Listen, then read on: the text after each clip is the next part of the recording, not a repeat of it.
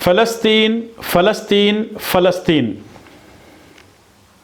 کیا ہے؟ مسجد اقصی، بیت المقدس کیا ہے؟ اسلام میں مسجد اقصی کی اہمیت کیا ہے؟ کیا مسجد اقصی مسلمانوں کا قبلہ اول رہا ہے؟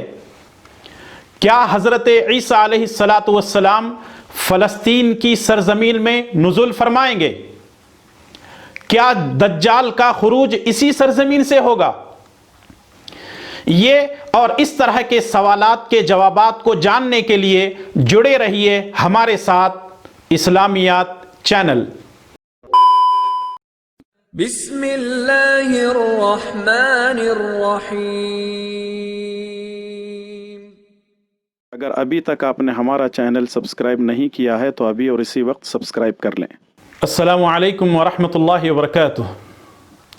الحمدللہ رب العالمین والصلاة والسلام علی اشرف الانبیاء والمرسلین نبینا محمد وعلی آلہ وصحبہ اجمعین، اما بعد۔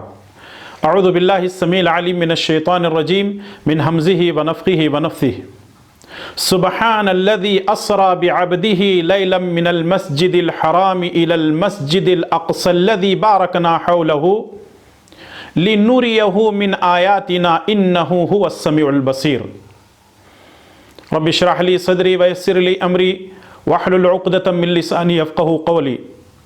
اللہم انفعنی بما علمتنی وعلمنی ما ینفعنی وزدنی علما، آمین یا رب العالمین۔ تمام قسم کی تعریفیں اللہ تعالیٰ ہی کے لیے ہیں جو ساری کائنات کا خالق، مالک اور مدبر ہے، اور درود و سلام ہو میرے اور آپ کے پیارے نبی محمد الرسول اللہ صلی اللہ علیہ وسلم پر، جن کو اللہ تعالیٰ نے ساری دنیا کے لیے امام بنا کر بھیجا۔ اللہم صلی وسلم وبارک وسلم علی نبینا محمد وعلی آلہ وصحبہ اجمعین۔ ناظرین محترم، ایک اہم موضوع لے کر میں آپ کی خدمت میں حاضر ہوا ہوں اور میں آپ سب کا استقبال کرتا ہوں۔ اللہ تبارک و تعالی آپ کو خوش و خرم رکھے، اور مجھے امید ہے کہ آپ خیر و عافیت کے ساتھ ہوں گے۔ جب سے فلسطین کا مسئلہ چل رہا ہے، اس وقت سے لے کر آج تک سوشل میڈیا کے اندر میں نے دیکھا کہ بہت سارے لوگ اپنے اپنے انداز سے اظہار خیال کر رہے ہیں۔ کوئی کہتا ہے کہ فلسطین حق پر ہے، کوئی کہتا ہے کہ اسرائیل حق پر ہے، کوئی کہتا ہے کہ مسلمانوں کی غلطیاں ہیں، کوئی کہتا ہے کہ اسلامی ممالک کیا کر رہے ہیں، کوئی کہتا ہے کہ علماء کرام کیا کر رہے ہیں، کوئی کہتا ہے ہمارے عالم اسلام کے جتنے اسلامی ممالک ہیں کیا کر رہے ہیں۔ ان حالات میں ہم کو کیا فیصلہ لینا چاہیے؟ مسجد اقصی کا مسئلہ ہے کیا؟ فلسطین ہے کیا؟ بیت المقدس ہے کیا؟ آخر اس کے بارے میں ہم کو صحیح جانکاری کہاں سے مل سکتی ہے؟ کتاب و سنت کی روشنی میں آج کے درس میں مسجد اقصی، فلسطین اور بیت المقدس کے تعلق سے کل 10 باتیں آپ کی خدمت میں پیش کرنے کی کوشش کروں گا۔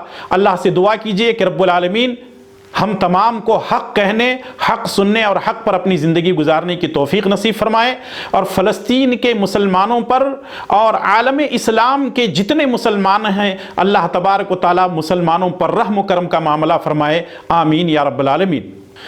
محترم ناظرین، ویسے تو یہ ساری دنیا اللہ تبارک و تعالی کی ہے، اور اس دنیا میں جو کچھ بھی ہے ان تمام چیزوں کو پیدا کرنے والی ذات اللہ تبارک و تعالی کی ہے۔ اللہ تبارک و تعالی نے دنیا کے اندر خیر و برکات رکھی ہیں، اور کچھ جگہیں ایسے ہیں جس پر اللہ تبارک و تعالی نے اپنے خاص فضل و کرم سے نوازا ہے۔ دنیا میں کچھ جگہیں ایسی ہیں جن جگہوں کو اللہ تبارک و تعالی نے اپنے خاص فضل و کرم سے نوازا ہے، جیسے مکۃ المکرمہ ہے جو دنیا کی سب سے بابرکت جگہ ہے، اور وہیں پر اللہ تبارک و تعالی کا گھر ہے، اور سب سے آخری نبی محمد الرسول اللہ صلی اللہ علیہ وسلم کی جائے پیدائش بھی ہے۔ اسی طرح مدینۃ المنورہ بھی خیر و برکت کی جگہ ہے۔ خیر و برکت کی جگہوں میں سے ایک جگہ ملک شام بھی ہے، بلاد شام بھی ہے۔ وہ جگہیں جنہیں اللہ تبارک و تعالی نے بابرکت قرار دیا ہے، برکت والی جگہیں قرار دیا ہے، ان میں سے ایک علاقہ شام کا بھی ہے۔ بلاد شام کس کو کہا جاتا ہے؟ فلسطین، سوریہ، لبنان اور اردن کو بلاد شام کہا جاتا ہے۔ پہلی جنگ عظیم، فرسٹ ورلڈ وار سے پہلے اس کو ملک شام کہا جاتا تھا۔ 1920 میں انگریزوں کی مکاری کی وجہ سے اس کو 2 ٹکڑوں میں تقسیم کیا گیا، جس کی وجہ سے ایک ملک سوریہ یا سیریا وجود میں آیا۔ قرآن اور حدیث کی روشنی میں جب ملک شام کہا جاتا ہے تو یہ چاروں ممالک اس میں شامل ہیں: فلسطین، لبنان، سوریہ اور اردن۔ بلاد شام میں فلسطین کا شہر بیت المقدس اور سوریہ کا شہر دمشق تاریخی اور شرعی اعتبار سے کافی اہمیت کا حامل ہے۔ اللہ کے پیارے نبی جناب محمد الرسول اللہ صلی اللہ علیہ وسلم نبوت سے پہلے 2 مرتبہ آپ نے ملک شام کا سفر کیا۔ ایک اس وقت جب کہ آپ کی عمر 12 سال کی تھی، اپنے چچا ابو طالب کے ساتھ ملک شام کا سفر کیا، اور دوسرے ہے 24 یا 25 سال کی عمر میں رسول اللہ صلی اللہ علیہ وسلم نے خدیجہ رضی اللہ تعالی عنہا کا مال لے کر ملک شام کی طرف سفر کیا تجارت کے ارادے سے۔ بیت المقدس 3 مذاہب کے ماننے والوں کے پاس بہت ہی اہم مقام رکھتا ہے۔ ایک یہودیوں کے پاس، دوسرے عیسائیوں کے پاس اور تیسرے مسلمانوں کے پاس۔ مسلمانوں کے لیے فلسطین، بیت المقدس، مسجد اقصی، اس کی اہمیت کیوں ہے؟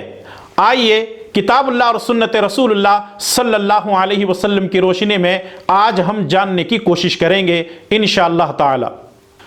مسجد اقصی کے تعلق سے کل 10 باتیں میں آپ کی خدمت میں پیش کرنے کی کوشش کروں گا۔ پہلی چیز ہے، نمبر 1 پر فلسطین کی سرزمین یا بلاد شام خیر و برکت والی جگہ ہے۔ اللہ تعالیٰ نے سورہ بنی اسرائیل کی پہلی آیت میں ارشاد فرمایا: سبحان الذی اسری بعبدہ لیلا من المسجد الحرام الی المسجد الاقصی الذی بارکنا حولہ لنریہ من آیاتنا انہ هو السمیع البصیر۔ اللہ تبارک و تعالی نے سرزمین فلسطین یا بلاد شام یا ملک شام کے تعلق سے فرمایا بارکنا حولہ۔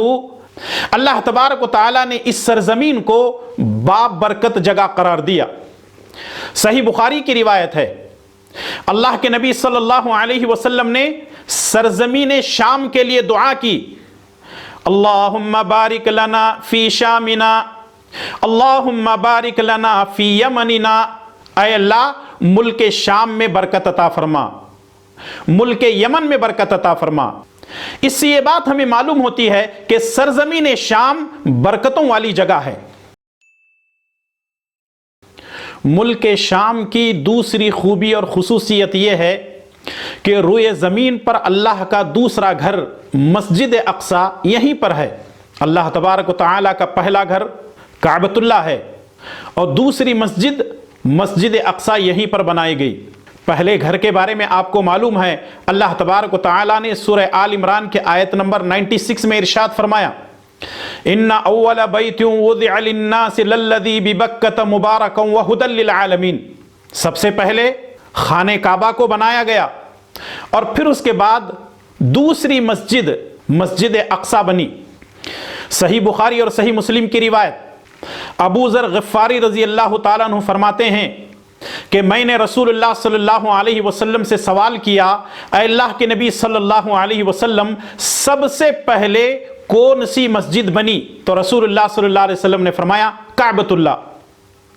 پھر اس کے بعد ہم نے سوال کیا: کعبۃ اللہ کے بعد دوسری مسجد کون سی بنائی گئی؟ تو رسول اللہ صلی اللہ علیہ وسلم نے فرمایا: مسجد اقصی۔ پھر اس کے بعد ہم نے رسول اللہ صلی اللہ علیہ وسلم سے پوچھا: اے اللہ کے نبی صلی اللہ علیہ وسلم، کعبۃ اللہ اور مسجد اقصی کے درمیان کتنے سالوں کا فاصلہ ہے؟ تو آپ صلی اللہ علیہ وسلم نے فرمایا 40 سال۔ اس کا مطلب یہ ہے کہ کائنات میں سب سے پہلے اللہ کا گھر کعبۃ اللہ بنا، اور پھر اس کے بعد مسجد اقصیٰ بنائی گئی، اور مسجد اقصیٰ بلاد شام، ملک شام، فلسطین کے اندر موجود ہے۔ تیسری چیز یہ ہے کہ بلاد شام انبیاء علیہم السلام کا مسکن رہا ہے، یعنی سینکڑوں کی تعداد میں انبیاء علیہم السلام کو اللہ تبارک و تعالیٰ نے سرزمین شام کے اندر مبعوث فرمایا۔ ان میں سے چند انبیاء علیہم السلام کے نام میں آپ کی خدمت میں گنواتا ہوں۔ پہلے نمبر پر ہیں حضرت ابراہیم علیہ السلام، دوسرے نمبر پر حضرت اسماعیل علیہ السلام، تیسرے نمبر پر اسحاق علیہ السلام، چوتھے نمبر پر یعقوب علیہ السلام، پانچویں نمبر پر ایوب علیہ السلام، چھٹے نمبر پر داؤد علیہ السلام، ساتویں نمبر پر سلیمان علیہ السلام، آٹھویں نمبر پر الیاس علیہ السلام، نویں نمبر پر الیسع علیہ السلام، 10ویں نمبر پر زکریا علیہ السلام، 11ویں نمبر پر یحییٰ علیہ السلام، اور 12ویں نمبر پر عیسیٰ علیہ السلام بھی یہیں پر پیدا ہوئے، اور عیسیٰ علیہ السلام بھی یہیں پر نزول فرمائیں گے۔ آپ اسی سے اندازہ لگا سکتے ہیں کتنی خیر و برکت والی سرزمین ہے یہ۔ بلاد شام، سرزمین شام، ملک فلسطین کی خوبی اور خصوصیت کے بارے میں چوتھی خوبی یہ ہے کہ اللہ تبارک و تعالیٰ نے اس علاقے کی قسم کھائی ہے، جیسے اللہ تبارک و تعالیٰ نے سورہ 3 کی ابتدائی آیتوں میں فرمایا والتین والزیتون وطور سینین وہذا البلد الامین۔ والتین والزیتون، قسم ہے تین اور زیتون کی، وطور سینین، اور قسم ہے طور سینا کی، وہذا البلد الامین، اور اس امن والے شہر کی۔ علامہ ابن کثیر رحمۃ اللہ علیہ سورہ 3 کی تفسیر میں کہتے ہیں کہ بہت سارے ائمہ اکرام نے اس کے بارے میں فرمایا ہے یہ جو 3 مقامات ہیں اللہ تبارک و تعالی نے ہر ایک مقام پر بڑے بڑے انبیاء علیہم السلام کو، اولو العزم انبیاء علیہم السلام کو ان علاقوں میں مبعوث فرمایا۔ ابن کثیر رحمۃ اللہ علیہ آگے لکھتے ہیں 3 اور زیتون کے مقام سے مراد بیت المقدس ہے، جس میں اللہ تعالیٰ نے حضرت عیسیٰ علیہ السلام کو مبعوث فرمایا۔ طور سینین سے مراد طور سینا ہے، جس پر حضرت موسیٰ علیہ السلام نے اللہ تبارک و تعالیٰ سے ہم کلام کیا، یعنی موسیٰ علیہ السلام اللہ تبارک و تعالیٰ سے بات چیت کرنے کے لیے طور سینا پر جایا کرتے تھے۔ اور بلد امین سے مراد مکۃ المکرمہ ہے، جس کی طرف میرے اور آپ کے پیارے نبی جناب محمد الرسول اللہ صلی اللہ علیہ وسلم کو مبعوث فرمایا۔ اس کا مطلب یہ ہے کہ والتین والزیتون وطور سینین وہذا البلد الامین، ان تینوں کی خوبیوں کو اللہ تبارک و تعالیٰ نے اپنے کلام کے ذریعے سے اجاگر کیا ہے۔ اسی سے ہم اندازہ لگا سکتے ہیں کہ فلسطین کتنی خوبیوں والی اور کتنی برکتوں والی سرزمین ہے۔ 5ویں خوبی یہ ہے کہ مسجد اقصیٰ مسلمانوں کا قبلہ اول رہا ہے، یعنی پہلے مسلمان مسجد اقصیٰ کو اپنا قبلہ بنا کر نماز پڑھا کرتے تھے۔ صحیح بخاری کی روایت برا بن عازب رضی اللہ تعالیٰ عنہ فرماتے ہیں کہ رسول اللہ صلی اللہ علیہ وسلم 16 یا 17 مہینے تک مسجد اقصیٰ کی طرف رخ کر کے نماز پڑھتے تھے، یعنی یہ مسلمانوں کا پہلے قبلہ تھا۔ لیکن رسول اللہ صلی اللہ علیہ وسلم کی دلی خواہش تھی کہ اللہ تبارک و تعالیٰ کعبۃ اللہ کو قبلہ بنائے، اور اس کا ذکر اللہ تبارک و تعالیٰ نے قرآن کریم کے اندر کیا ہے۔ سورہ بقرہ آیت نمبر 144 144 میں اللہ تبارک و تعالیٰ نے ارشاد فرمایا قَدْ نَرَا تَقَلُّبَ وَجْهِكَ فِي السَّمَاءِ فَلَنُوَلِّيَنَّكَ قِبْلَةً تَرْضَاهَا فَوَلِّ وَجْهَكَ شَطْرَ الْمَسْجِدِ الْحَرَامِ۔ یعنی اللہ تبارک و تعالیٰ نے نبی کریم صلی اللہ علیہ وسلم کی دلی کیفیت کو جاننے کے بعد فرمایا ہم جانتے ہیں کہ اے نبی کریم صلی اللہ علیہ وسلم آپ کے دل میں کیا ہے. آپ کا چہرہ بار بار ہماری طرف اٹھ رہا تھا تاکہ ہم خانہ کعبہ کو قبلہ بنائیں، اور ہم نے آپ کی بات کو سن لیا ہے. اور پھر اس کے بعد اللہ تعالیٰ نے حکم کو نازل کیا کہ اب مسجد اقصی آپ کا قبلہ نہیں رہے گا، بلکہ آپ خانہ کعبہ کو، کعبۃ اللہ کو اپنا قبلہ بنا سکتے ہیں. صحیح بخاری کی روایت ہے کہ ایک مرتبہ اللہ کے نبی صلی اللہ علیہ وسلم عصر کی نماز ادا کر رہے تھے.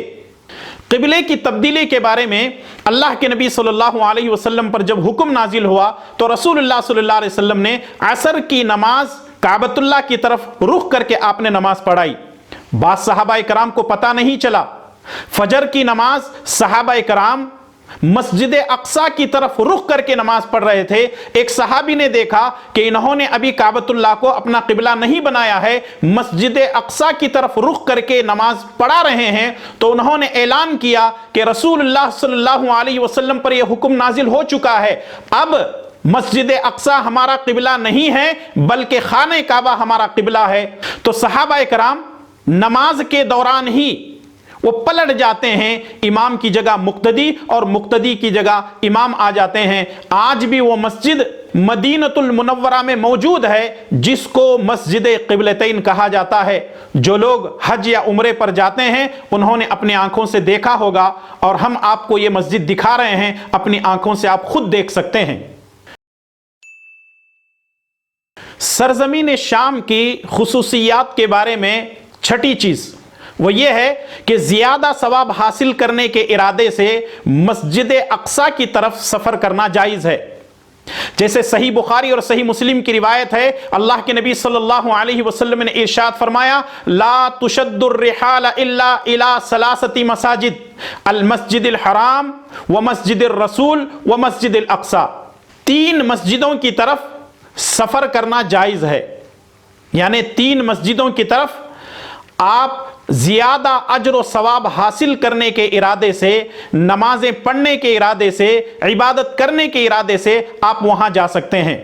پہلے ہے مسجد حرام جو کہ مکۃ المکرمہ میں ہے، دوسرے ہے مسجد الرسول مدینۃ المنورہ میں ہے، اور تیسرے ہے مسجد اقصی جو کہ فلسطین کے اندر موجود ہے. اسی لیے مسجد اقصی ہونے کی وجہ سے ہمارے لیے فلسطین اور سرزمین شام بڑا ہی محترم ہے.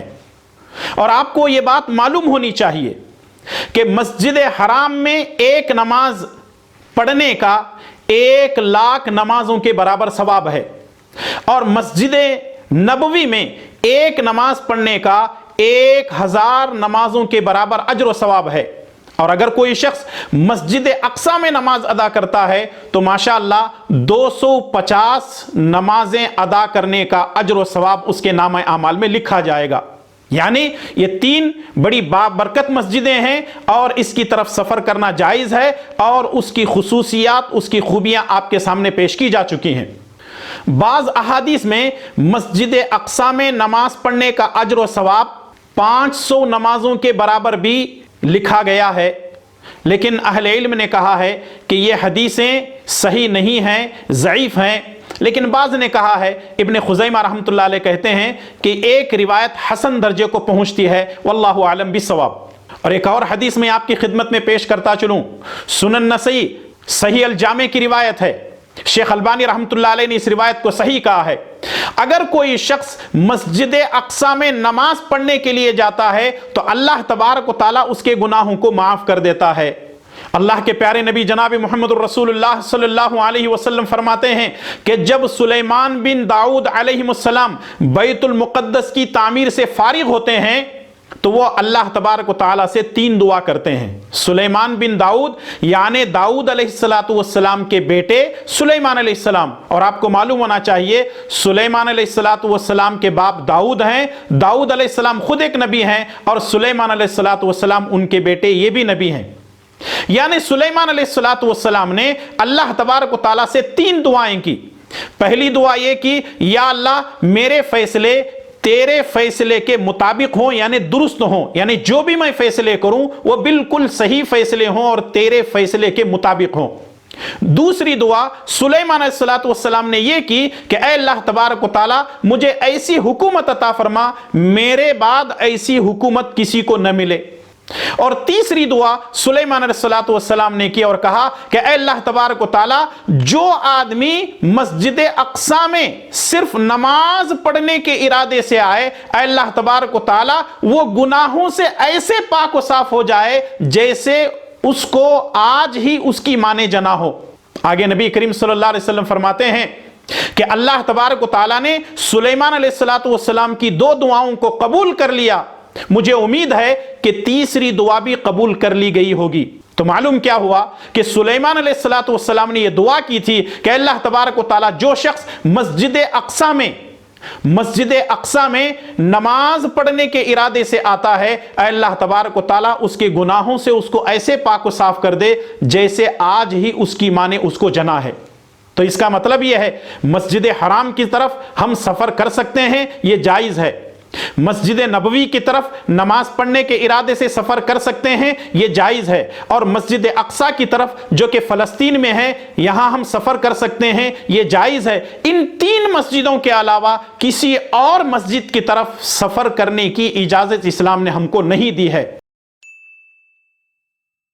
سرزمین شام فلسطین کی 7ویں خوبی یہ ہے کہ اللہ تبارک و تعالیٰ نے میرے اور آپ کے پیارے نبی جناب محمد الرسول اللہ صلی اللہ علیہ وسلم کو اسی سرزمین سے معراج کروائی، جیسا کہ سورہ بنی اسرائیل کی پہلی آیت میں اللہ تعالیٰ نے ارشاد فرمایا سبحان الذي اسرى بعبده ليلا من المسجد الحرام الى المسجد الاقصى الذي باركنا حوله لنريه من آياتنا انه هو السميع البصير۔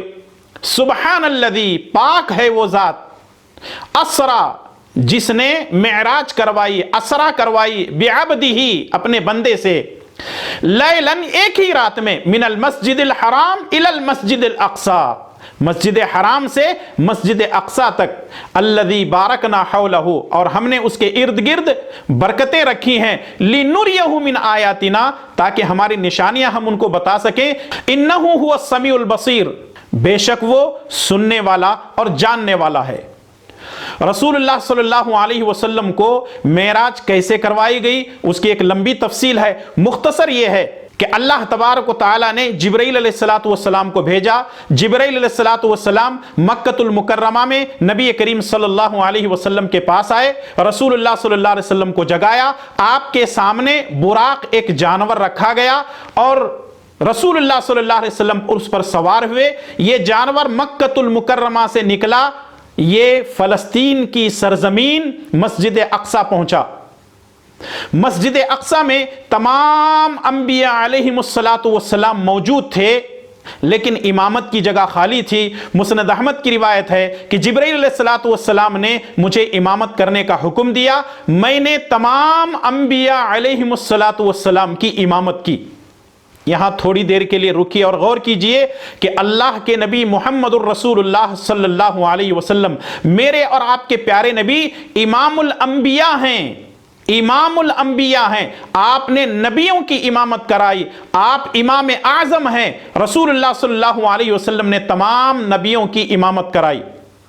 اور آپ کو یہ بھی معلوم ہونا چاہیے کہ زمین کی پشت پر مسجد اقصی وہ واحد جگہ ہے جس میں ایک ہی وقت میں تمام انبیاء علیہم السلام کا اجتماع ہوا اور باجماعت نماز ادا کی گئی۔ یہ اعزاز کسی اور سرزمین کو حاصل نہیں ہوا، صرف مسجد اقصی کی سرزمین کو، بلاد شام کی سرزمین کو اللہ تبارک و تعالیٰ نے یہ اعزاز بخشا۔ سرزمین شام کی 8ویں خوبی اور 8ویں خصوصیت یہ ہے کہ عیسیٰ علیہ السلام کا نزول اسی سرزمین پر ہوگا۔ اور آپ کو وہ واقعہ معلوم ہونا چاہیے کہ یہودی عیسیٰ علیہ السلام کے تعلق سے غلط خیالات رکھتے تھے۔ انشاءاللہ تعالیٰ ہم یہودیوں پر ایک ویڈیو بنانے جا رہے ہیں، اس پر تمام تفصیلات آئیں گی۔ یہودی یہ چاہتے تھے کہ عیسیٰ علیہ السلام کو قتل کیا جائے۔ انہوں نے ایک سازش رچی اور اس طرح جب عیسیٰ علیہ الصلوۃ والسلام کو معلوم ہوا تو عیسیٰ علیہ الصلوۃ والسلام اپنے حواریوں کے ساتھ، اپنے ساتھیوں کے ساتھ بیٹھے ہوئے تھے، یہودی قتل کرنے کے ارادے سے آ رہے تھے۔ عیسیٰ علیہ الصلوۃ والسلام نے اپنے ساتھیوں سے کہا کہ کون میری جگہ پر آنا پسند کرے گا؟ اللہ تبارک و تعالیٰ نے عیسیٰ علیہ الصلوۃ والسلام کو آسمانوں پر اٹھا لیا۔ یہودی آئے، عیسیٰ علیہ الصلوۃ والسلام کے ہم شکل ایک انسان کو قتل کر کے چلے گئے۔ اور آج بھی یہودی یہ سمجھتے ہیں کہ ہم نے عیسیٰ علیہ الصلوۃ والسلام کو قتل کیا ہے، جبکہ اللہ تبارک و تعالیٰ نے عیسیٰ علیہ الصلوۃ والسلام کو آسمانوں پر اٹھا لیا ہے۔ یہ عقیدہ ہم کو اللہ تبارک و تعالیٰ نے اپنے کلام مجید کے ذریعے سے دیا ہے۔ اللہ تبارک و تعالیٰ نے قرآن کریم کے اندر فرمایا وَقَوْلِهِمْ إِنَّا قَتَلْنَا الْمَسِيحَ عِيسَى ابْنَ مَرْيَمَ رَسُولَ اللَّهِ وَمَا قَتَلُوهُ وَمَا صَلَبُوهُ وَلَكِنْ شُبِّهَ لَهُمْ۔ اللہ تبارک و تعالیٰ نے فرمایا یہودی یہ جو کہتے ہیں کہ ہم نے مسیح عیسیٰ ابن مریم کو قتل کیا ہے، وَمَا قَتَلُوهُ، اللہ کے اس رسول کو انہوں نے قتل نہیں کیا ہے، وما صلبوہ، انہوں نے سولی پر نہیں چڑھایا ہے، ولیکن شبہ لہم، بلکہ ان کو شبہ ہو گیا ہے۔ یہاں تک کہ اللہ تبارک و تعالیٰ نے فرمایا سورہ نساء آیت نمبر 158 میں بر رفعہ اللہ الیہ، اللہ تبارک و تعالیٰ نے انہیں اپنی طرف اٹھا لیا۔ اور اللہ کے پیارے نبی جناب محمد الرسول اللہ صلی اللہ علیہ وسلم فرماتے ہیں کہ عیسیٰ علیہ الصلوۃ والسلام آسمانوں پر ہیں، اور جب نبی کریم صلی اللہ علیہ وسلم معراج پر گئے تھے تو آپ صلی اللہ علیہ وسلم نے آسمانوں پر عیسیٰ علیہ الصلوۃ والسلام سے ملاقات بھی کی۔ قیامت کے قریب عیسیٰ علیہ الصلوۃ والسلام اس دنیا میں دوبارہ نزول فرمائیں گے۔ صحیح مسلم کی روایت ہے، اللہ کے پیارے نبی جناب محمد الرسول اللہ صلی اللہ علیہ وسلم فرماتے ہیں عیسیٰ علیہ الصلوۃ والسلام دمشق کے مشرق میں سفید مینارے کے پاس زرد رنگ کے حلیے پہنے ہوئے دو فرشتوں کے کندھوں پر ہاتھ رکھے ہوئے اتریں گے۔ عیسیٰ علیہ الصلوۃ والسلام جب آئیں گے تو عیسیٰ علیہ الصلوۃ والسلام باب لد پر دجال کو قتل کریں گے۔ تو اس سے معلوم ہوا کہ عیسیٰ علیہ الصلوۃ والسلام کی پیدائش کی سرزمین شام ہے، اور اسی سرزمین میں حضرت عیسیٰ علیہ الصلوۃ والسلام کو اللہ تبارک و تعالی دوبارہ نازل فرمائے گا۔ سرزمین شام کے تعلق سے نویں چیز یہ ہے کہ اسی سرزمین پر دجال کا خاتمہ ہوگا، اور دجال کے بارے میں آپ کو معلوم ہونا چاہیے۔ صحیح بخاری اور صحیح مسلم کی روایت ہے، اللہ کے پیارے نبی جناب محمد الرسول اللہ صلی اللہ علیہ وسلم ایک مرتبہ ممبر پر کھڑے ہوتے ہیں، اللہ تبارک و تعالیٰ کی حمد و ثنا، تعریف و توصیف بیان کرنے کے بعد کہتے ہیں کہ لوگو میں تمہیں دجال کے فتنے سے آگاہ کرنے کے لیے کھڑا ہوں، اور تمہیں معلوم ہونا چاہیے کہ دجال کے فتنے سے نوح علیہ الصلوۃ والسلام نے بھی اپنی قوم کو آگاہ کیا ہے، لیکن آج تک کسی نبی نے دجال کے بارے میں نشانی نہیں بتائی۔ میں تمہیں دجال کے بارے میں نشانی بتاتا ہوں، اور دجال کی نشانی کیا ہے؟ تو آپ صلی اللہ علیہ وسلم نے فرمایا انہ اعور وان اللہ لیس باعور، کہ دجال کانا ہوگا، اور جس کو تم اپنا رب مانتے ہو وہ کانا نہیں ہے۔ کانا کا مطلب یہ ہے کہ اس کو صرف ایک آنکھ ہوگی، وہ دنیا میں آئے گا، فتنہ مچائے گا، ہنگامہ کرے گا، پوری دنیا کے اندر فتنے پیدا ہوں گے۔ وہ کیا کرے گا؟ مردوں کو زندہ کرے گا، پانی برسائے گا، اس کے ایک ہاتھ میں جنت ہوگی، ایک ہاتھ میں دوزخ ہوگی۔ اصل میں جو جنت ہے وہ جہنم ہوگی، اور جو جہنم ہے وہ جنت ہوگی، اور اس طریقے سے مسلمانوں کے لیے، اہل ایمان کے لیے فتنہ بنے گا، اور اس کی پیشانی پر کافر لکھا ہوا ہوگا۔ اس کے فتنے سے بچنے کے لیے اللہ کے پیارے نبی جناب محمد الرسول اللہ صلی اللہ علیہ وسلم نے پناہ مانگی ہے، یہاں تک کہ آپ صلی اللہ علیہ وسلم نے اپنی امت سے کہا کہ سلام پھیرنے سے پہلے ان دعاؤں کو پڑھا کرو۔ صحیح بخاری اور صحیح مسلم کی روایت ہے، اما عائشہ صدیقہ رضی اللہ تعالیٰ عنہ فرماتی ہیں کہ رسول اللہ صلی اللہ علیہ وسلم سلام پھیرنے سے پہلے ان دعاؤں کا اہتمام کیا کرتے تھے۔ اللہم انی اعوذ بک من عذاب القبر واعوذ بک من فتنة المسیح الدجال واعوذ بک من فتنة المحیا وفتنة الممات، یعنی مسیح الدجال کے فتنے سے اللہ کے نبی صلی اللہ علیہ وسلم نے پناہ مانگی ہے۔ ہر مسلمان کو دجال کے فتنے سے پناہ مانگتے رہنا چاہیے۔ اور اسی دجال کو حضرت عیسیٰ علیہ السلام مقام لد پر یا باب لد پر اس کو قتل کریں گے۔ سرزمین بلاد شام کے تعلق سے اب تک 9 باتیں آپ کی خدمت میں پیش کی جا چکی ہیں۔ 10ویں اور آخری بات وہ یہ ہے، قیامت کے قریب سرزمین شام فتنوں سے بچنے کی جگہ ہوگی۔ موجودہ دور فتنوں کا ہے، ایک ایسا وقت بھی آنے والا ہے جب جنگیں بہت زیادہ ہوں گی اور کوئی جگہ فتنوں سے نہیں بچے گی۔ رسول اللہ صلی اللہ علیہ وسلم نے پیشن گوئی فرمائی ہے کہ قیامت کے قریب لوگ فتنوں سے بچنے کے لیے ملک شام کا رخ کریں گے تاکہ فتنوں سے بچ سکیں۔ آئیے 6 احادیث میں آپ کی خدمت میں پیش کرنے جا رہا ہوں، بغور سماعت فرمائیں۔ پہلی حدیث مستدرک حاکم کے حوالے سے اللہ کے نبی صلی اللہ علیہ وسلم نے فرمایا، قرب قیامت جب فتنے بکثرت ہوں گے تو ایمان اور اہل ایمان زیادہ تر ملک شام کے علاقوں میں ہی ہوں گے۔ دوسری حدیث سنن ترمذی کے حوالے سے رسول اللہ صلی اللہ علیہ وسلم نے فرمایا، قیامت سے قبل فتنوں کے ادوار میں ان علاقوں خصوصاً شام بیت المقدس میں رہائش اختیار کرنے کی ترغیب دلائی ہے۔